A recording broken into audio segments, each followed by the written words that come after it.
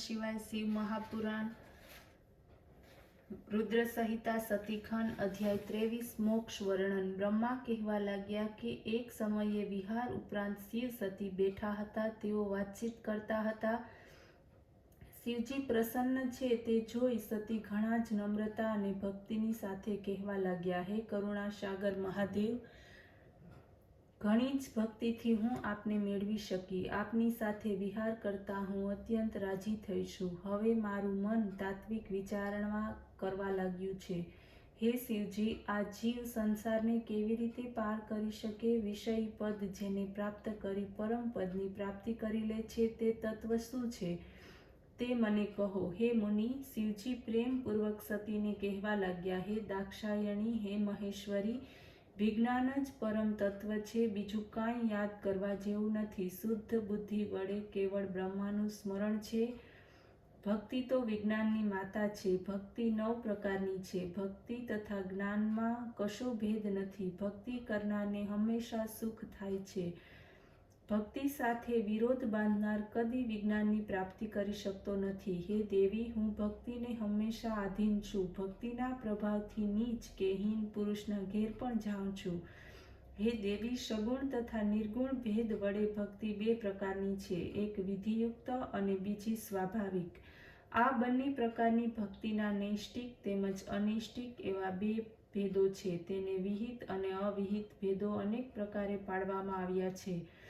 આ અનેક પ્રકારની ભક્તિના 9 અંગો વર્ણવવામાં આવ્યા છે. હે દેવી, આ 9 અંગનું લક્ષણ હું તમને પૃથક પૃથક કહું છું.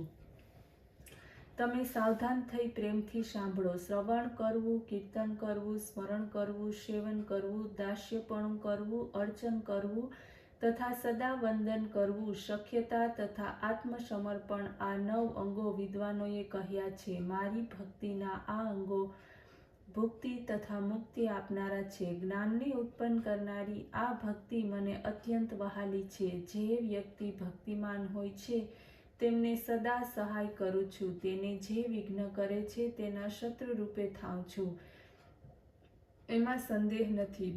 બ્રહ્માએ કહ્યું કે શિવના આવા વચનો સાંભળી સતી પ્રસન્ન થયા. પ્રેમ વડે પ્રણામ કર્યા. ફરી ભક્તિ સંબંધી તેઓ પૂછવા લાગ્યા.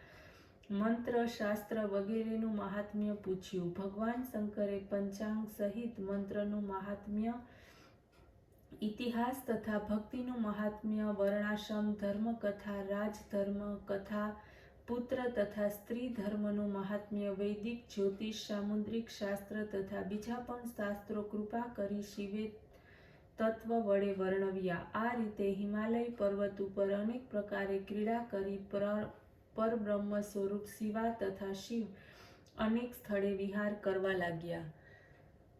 અધ્યાય 24 સતીએ કરેલ રામની પરીક્ષા. નારદે બ્રહ્માજીને કહ્યું, હે કૃપાસાગર, આપે અમોને શિવા તથા શિવના પરમ સુંદર યશનું શ્રવણ કરાવ્યું.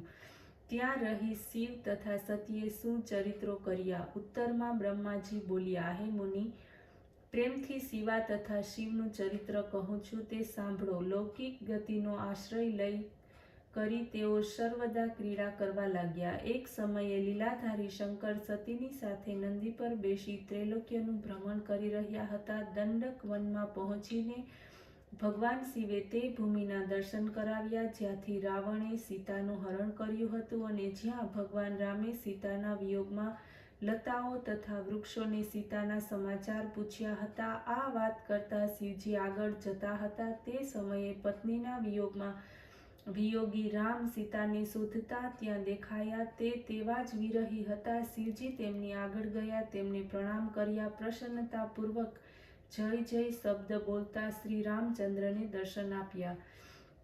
સતીએ આ જોયું, મંદ હસ્યા. તેમણે શિવજીને પૂછ્યું, હે પરમેશ્વર, આપ તો બધા જ દેવતાઓને નમસ્કાર કરવા યોગ્ય અને સર્વોચ્ચ છો. તો પછી વનમાં ફરતા વિરહી મનુષ્યની જેમ વિચરતા આ 2 માણસોના શ્યામ વર્ણવાળા પુરુષને આપે શા માટે વંદન કર્યા? ત્યારે સતીને આ પ્રમાણે માયાના મોહથી વશ થયેલા જોઈને ભગવાન શંકરે હસતા હસતા કહેવા લાગ્યા, હે દેવી, સાંભળો. મેં જેમને પ્રણામ કર્યા તે વરદાનનો પ્રભાવ છે. સૂર્યવંશમાં ઉત્પન્ન થયેલા આ બંને ભાઈઓ છે તે બુદ્ધિમાન છે, તે દશરથના પુત્રો છે. રામ અને લક્ષ્મણ તેમનું નામ છે. ગોરો લક્ષ્મણ તે નાનો ભાઈ છે જે શેષ નારાયણનો અવતાર છે. મોટાનું નામ રામ છે, તે ઘણા જ શાંત અને વિષ્ણુના અવતાર છે. આ પૃથ્વી પર સાધુજનોની રક્ષા માટે ને અમારા કલ્યાણ માટે અવતર્યા છે. આ પ્રમાણે કહેતા ભગવાન શંકર મૌન થઈ ગયા. સતીના મનમાં શ્રદ્ધા ઉત્પન્ન થઈ.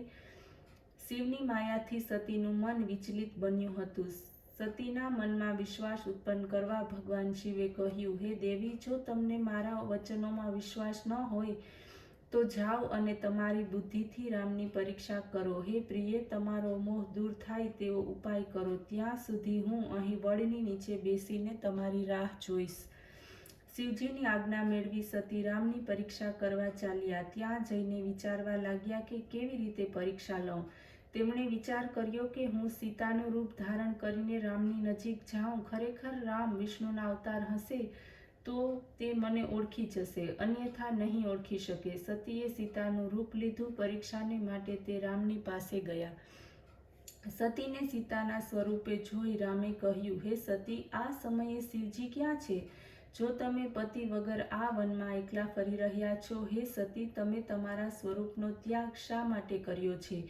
આ સ્વરૂપને કેમ ધારણ કર્યું છે? રહસ્યને પામી ચૂકેલા રામ દ્વારા બોલતા આ શબ્દને સાંભળીને સતીને આશ્ચર્ય થયું અને હવે તે રામને સાક્ષાત વિષ્ણુ સમજીને તેમને કહેવા લાગ્યા કે હે રામ, મેં તમારી પ્રભુતા જોઈ છે, પરંતુ મારે માત્ર એક જ વાત જાણવી છે કે શિવજીએ આપને કેમ પ્રણામ કર્યા. આની મને શંકા છે. આપ સાચે સાચું કહો, મારી શંકા નિવારણ કરો. સતીના વચનોને સાંભળીને રામના નેત્રોમાંથી હર્ષાશ્રુ વહેવા લાગ્યા. ઓમ નમઃ શિવાય.